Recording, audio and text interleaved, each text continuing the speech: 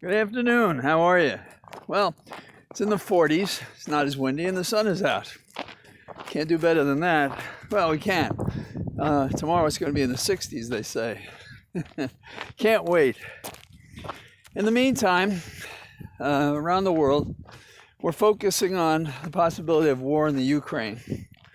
I don't know if you heard the speech by the president of Ukraine, Zelensky, in Munich yesterday, but it was both a heartfelt, courageous, straight-talking address to the hypocritical nation states, including America, who make great pretense at helping him and resisting the bully from Moscow, but still failing to do it. And to choose a simple example, Zelensky said, "Why are you holding back on the sanctions?" And when he was talking yesterday, there had been people who'd been killed in Ukraine by Russian arms. Now, it's a trickle as compared to the thousands upon thousands it could be. And the United States and NATO speak to us as if we believe that sanctions will be equivalent to the death march that Moscow is about to have, so it appears, through Ukraine. We protest all sorts of violation of individual human rights and discrimination against groups based on who they are, where they're from, things like that. And we think that the economic sanctions are going to make a difference. Keep in mind that the Senate can't agree on what they are, by the way. And we've had no less than Blumenthal, a very credible senator from Connecticut, who spoke about how there's additional things he would like to be proposed that are not in the current proposal. And then we're told, well, the president has the ability to impose these sanctions. Still doesn't answer the question, if that's true, why we can't do what Zelensky says, impose the sanctions now and send a signal. Now keep in mind that when we impose these sanctions, who are we hurting? We're hurting the people who are Russian. So we're turning them against us? Do they by default support or oppose Putin for putting them in this position? Or will they be proud that he is going and seizing back what should belong to the Soviet Empire, and that this former KGB agent has made it his life's work to achieve? So that's the tension. So we keep talking economics, and Putin's in a different place, and we keep saying that people aren't going to support him, but he's been in office 20 years, and some support, and some have been opposed, and some have been punished, and some have been poisoned. And I don't think this is lost on the Russian people, and they may embrace it. I think we should make it based on the fact that you can't meet a violent attack with a threat of economic sanctions. It just doesn't happen. And it's not going to happen here. And we're going to prove it probably in the next few days. There's shifting gears. What we have here in Virginia is we have students now who are wearing masks in school, and others are not. And there's one student in today's Washington Post who said that his upsetness with the situation was he can look down the hallway and he can see a person who is not wearing a mask, and he knows that that's not a person he agrees with now. And it is a person who doesn't care about his well-being.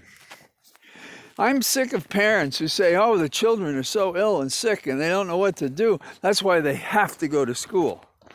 They want them out of the house.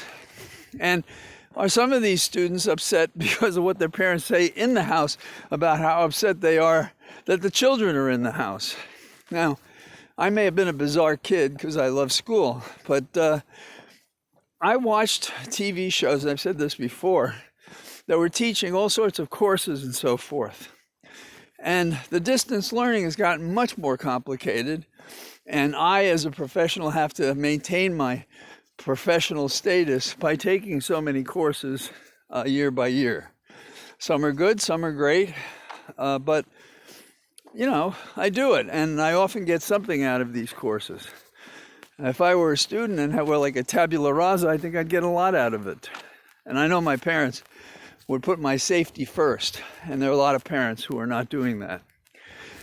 Trump is in the news because he wants to allow the Saudis to have golf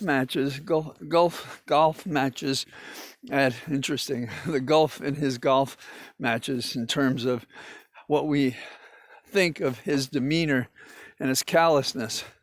So much for Khashoggi. But this man is a brutal man, just like his puppeteer, Putin, and just like he made possible the degradation of NATO in the 4 years he was president. There's an opinion piece by Dalek in the Washington Post today, and he's asking the question about, should we be prosecuting the president? Well, really, we should have been prosecuting the president for some time now, but we haven't, and as a result, the law means nothing. I repeatedly go back to the story in which Sir Thomas More tells his son-in-law that he can't violate the law. And he said, because this man's law is not God's law. And he says he can't do that because could we stand in the wind that blows? Look at our nation. Look at what's going on in the Eastern Europe now. Look at the world, if you will. Look at even how we run the Olympics. Laws and rules are cast aside. Chaotic things occur. Bad judgment. Lack of respect. Violence. That's what war is. So, the last tidbit I can think of is that a long time ago, I met Martin and Susan Tolkien, and I'd read their work on corruption in politics. And I was so glad the first time I met them because I'd read their material. Well, she died years ago, 2016, I believe, and he just died. And he had put together The Hill, which I think is a very fine publication about the hills goings on. And he died, but he served us during his lifetime, and he had a lot of fun doing it. And apparently the two of them, when they wrote together, had to learn how to respect each other in the editing process. Anyhow, there are people out there who are doing good and well. Not enough of them in our public government, not in this country, not in every other country on earth.